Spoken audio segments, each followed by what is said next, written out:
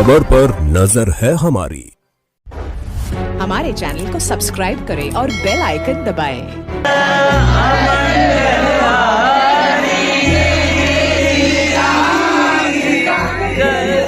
ये है आज की आधुनिक अयोध्या। तो चलिए इसे गहराई से जानने की शुरुआत करते हैं।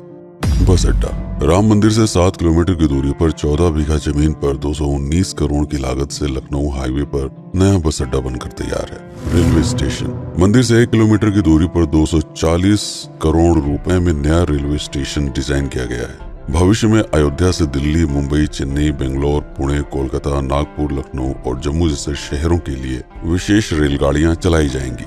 हवाई अड्डा। 1450 करोड़ रुपए में लगभग 1300 बीघे में फैला हुआ प्रयागराज हाईवे पर नाके के पास बनाया गया है नया एयरपोर्ट। यहाँ से राम मंदिर की दूरी से 12 किलोमीटर है। भविष्य में कई बड़े महानगरों के लिए सीधे उड़ानें उपलब्ध होंगी। घाघरा जलमार्ग।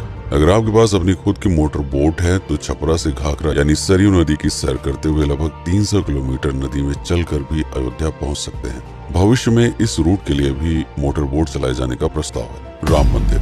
अयोध्या के राम मंदिर की कुल कीमत है 1800 करोड़। पूरी तरह बन जाने के बाद अयोध्या का मुख्य आकर्षण होगा। राजस्थान के मशहूर मकराना के पत्थरों से आकार लेते इस मंदिर की अनुमानित उम्र होगी लगभग 1000 साल। 22 जनवरी को पहली मंजिल का उद्घाटन होगा, जिसमें राम की बाल्यावस्था की मूर्ति रखी जाएगी। बाकी की 2 मंजिलों का कार्य चलता रहेगा। खजुराहो के मंदिरों की नागर शैली के आधार पर इसे तराशा जा रहा है। मंदिर का कुल क्षेत्रफल 156 एकड़ या 251 बीघा है। हनुमानगढ़ी। राम मंदिर से लगभग 800 मीटर की दूरी पर स्थित है हनुमानगढ़ी। मंदिर के आवासीय परिसर को मिलाकर ये लगभग 52 बीघे में फैला हुआ है। मंदिर की 76 सीढ़ियां चढ़कर हनुमान जी के दर्शन के बाद ही राम मंदिर में जाने का विधान है। यह मंदिर अयोध्या शहर के ठीक बीच में एक ऊंचे टीले पर बना है। शहर की तरफ आने वाले आक्रमणकारियों के आने की सूचना यहीं से प्राप्त करके अयोध्या के राजा तक भेजी जाती थी। इतिहासकारों के अनुसार जितनी बार भी अयोध्या पर आक्रमण हुआ उतनी बार इस मंदिर को भी विध्वंस झेलना पड़ा। हालांकि सन्यासियों ने हर बार इस मंदिर को फिर से खड़ा किया। आज ये मंदिर रामानंद संप्रदाय और निर्वाणी अखाड़े के अधीन है। राम की पेड़ी। अयोध्या को सरयू नदी की भयंकर बाढ़ से बचाने के लिए इस बांध का निर्माण किया गया था, जिस पर श्रद्धालुओं के स्नान के लिए कई घाट बना दिए गए थे। इतिहासकारों के अनुसार जितनी बार भी बांध टूटता था, सरयू का पानी अयोध्या की गलियों में घुस आया करता था। इसी बाढ़ से बचने के लिए पूरे अयोध्या में जगह जगह पर ऊंचे टीले बनाए गए थे, जैसे राम टीला, हनुमान टीला, लक्ष्मण टीला। आज ये बांध अयोध्या का मुख्य पर्यटन स्थल बन चुका है। हर दीपावली पर यहाँ लाखों दिए जलाकर रामायण की उस घटना को उत्सव के रूप में मनाया जाता है जब श्री राम अयोध्या वापस लौटे थे। अयोध्या के कई बार उजड़ने के पीछे एक कारण इस नदी को भी माना जाता है। हालांकि इसी नदी की वजह से यहाँ पर गन्ने की खेती बड़े स्तर पर की जाती है। लता मंगेशकर चौराहा।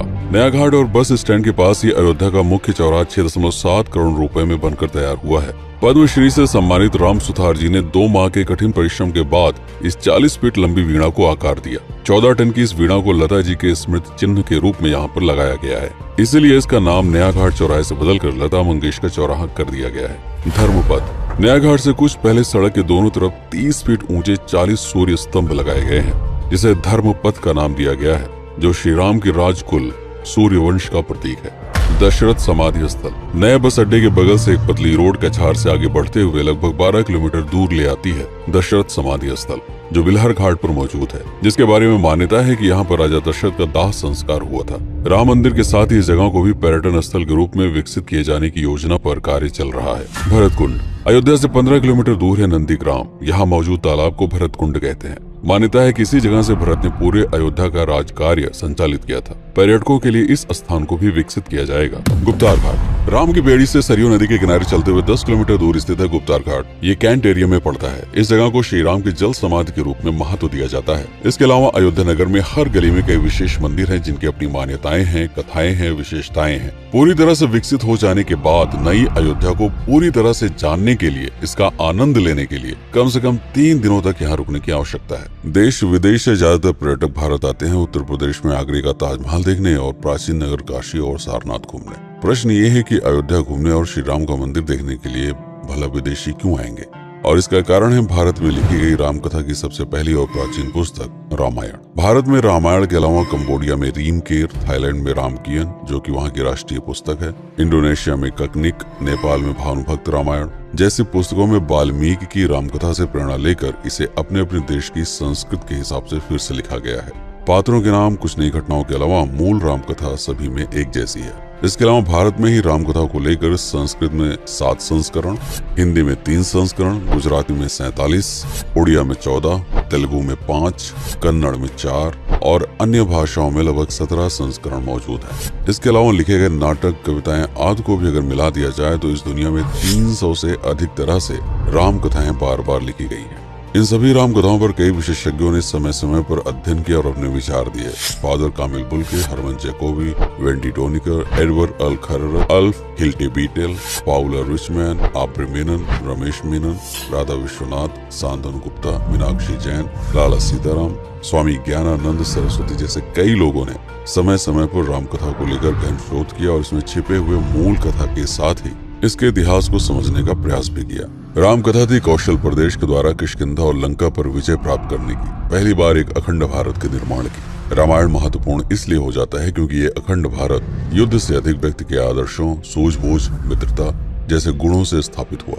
रामायण एक ऐसा डॉक्यूमेंट है जो ये समझाता है कि भारत पहली बार एक कैसे हुआ। इसलिए ये गाथा न तो कभी भुलाई जा सकती है और न ही कभी मिटाई जा सकती है। और आज की अयोध्या उसी अखंड भारत का एक प्रतीक है, अपनी संपन्नता के कारण जिसने समय समय पर बाहरी आक्रमणकारियों का भी सामना किया। अयोध्या की इसी संपन्नता ने यहाँ पर मुगलों को भी आकर्षित किया। महात्मा बुद्ध भी यहाँ पर रुके, सिखों के गुरु साहब भी आए और जैन धर्म के तीर्थंकर भी।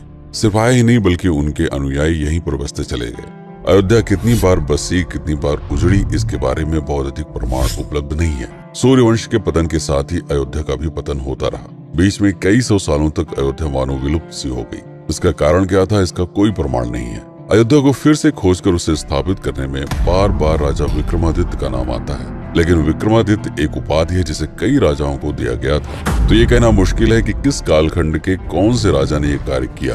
कुछ विशेषज्ञों का मत है कि यह काम उज्जैन के राजा विक्रमादित्य ने किया होगा। नंदवंश, मौर्य वंश, शुंग वंश, गुप्त वंश आदि के साम्राज्य में भी अयोध्या का वर्णन प्राप्त होता है। सबसे बड़ा विध्वंस हुआ 1527 के आसपास बाबर के कार्यकाल में, जब राम मंदिर को ध्वस्त कर बाबरी मस्जिद स्थापित की गई। सन 1722 में बंगाल के नवाब अलीवर्दी खान ने व्यापार के नजरिए से राम मंदिर से कुछ किलोमीटर की दूरी पर एक नया शहर बसाने की शुरुआत की। 1730 में अवध के पहले नवाब सादत अली खान ने इसका नामकरण किया फैजाबाद। इन्हीं के उत्तराधिकारी सुजाउद्दौला ने इसे अवध की राजधानी बनाई। 1775 में अवध के चौथे नवाब असफुद्दौला ने फैजाबाद की जगह लखनऊ को अवध की राजधानी घोषित की। रावण अहंकार का प्रतीक और श्री राम विनम्रता के सूचक। सत्ता में आने के बाद हर व्यक्ति को यह बात हमेशा ध्यान में रखनी चाहिए, सिर्फ रंग रोगन और पत्थर लगवाने से राम राज्य नहीं आएगा, बल्कि जिस दिन स्कूल, अस्पताल और सरकारी संस्थानों से भ्रष्टाचार खत्म होगा, लोगों का मुफ्त इलाज और अपनी भाषा में उच्च शिक्षा उपलब्ध होगी, उस दिन भारत उस पायदान पर खड़ा होगा जहां कभी हम हुआ करते थे। रामायण अहंकार पर विनम्रता की विजय है। अयोध्या को अगर पर्यटन स्थल का केंद्र बनाना है तो इस आधार पर बसाना होगा, राम राज्य लाना होगा, राजनीति नहीं। यदि इस वीडियो में कोई त्रुटि हुई हो तो उसके लिए क्षमा करें। वीडियो पर समय बिताने के लिए आपका बहुत बहुत धन्यवाद।